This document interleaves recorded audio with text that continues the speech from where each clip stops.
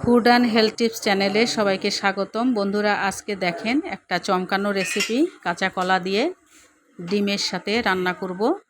আমি ডিম 4টি নিয়েছি সেদ্ধ করার জন্য। এখন রেডি করে নিব। প্রথমে তেল দিয়ে তেজপাতা দিয়ে গোটা জিরে দিয়ে আমি তেলে ফোড়ন দিয়েছি। এভাবে একটু ভেজে নেবেন। আমি ভেজে নিচ্ছি। আমার ভেজে নেওয়া হয়ে গেছে। আমি এখন পেঁয়াজ দিয়ে দিব। পেঁয়াজ এবং সেই সাথে সামান্য পরিমাণ রসুন ঝুরি আমি দিয়ে দিলাম। এরপরে তেলে একটু কষিয়ে নেবেন, একটু বাদামি করে ভেজে নেবেন।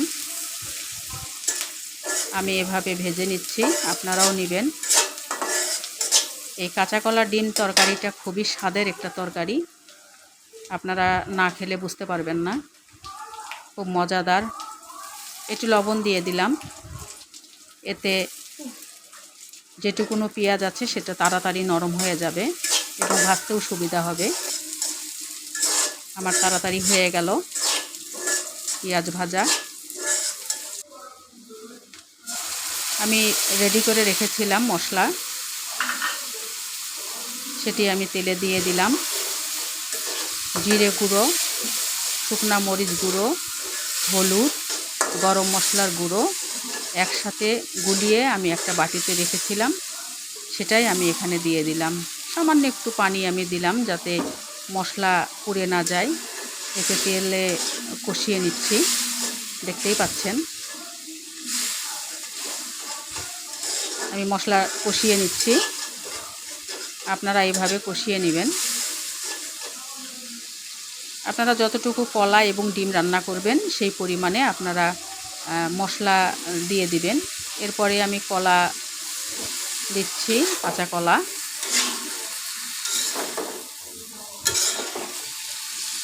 কষিয়ে নিব, খুব ভালোভাবে একটু কষিয়ে নেবেন। এই কাঁচা কলা কাটার পরে আমি, বন্ধুরা আপনারা দেখছেন যে সামান্য একটু হলুদ দিয়ে আমি পানিতে ভিজিয়ে রেখেছিলাম। এতে কষ বেরিয়ে যাবে এবং কলাগুলোও কালো হবে না। আমি এখন একটু সিদ্ধর জন্য পানি দিয়ে দিচ্ছি। আপনারাও পরিমাণ মতন পানি দিবেন, কারণ কে কতটুকু রান্না করবেন তার উপরেই ভিত্তি করবে পানি দেওয়াটা। আপনি সেইভাবে পানি দিবেন। আমিও দিয়ে দিলাম। আমার এখানে 5টি কলা আমি কেটে নিয়েছিলাম এবং 4টি ডিম দিয়ে রান্না হচ্ছে। আমার সিদ্ধ হয়ে গেছে, খুব সুন্দর একটা কালার। খুব মজাদার একটা রান্নার রেসিপি। দেখেন বন্ধুরা, আমার কষানো হয়ে গেছে। এই যে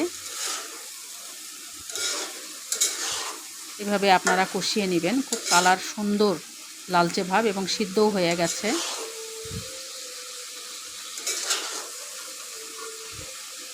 আপনারা এরকমের নাড়াচাড়া করার পরে দেখবেন যে কতটুকু আর কষানো লাগতে পারে।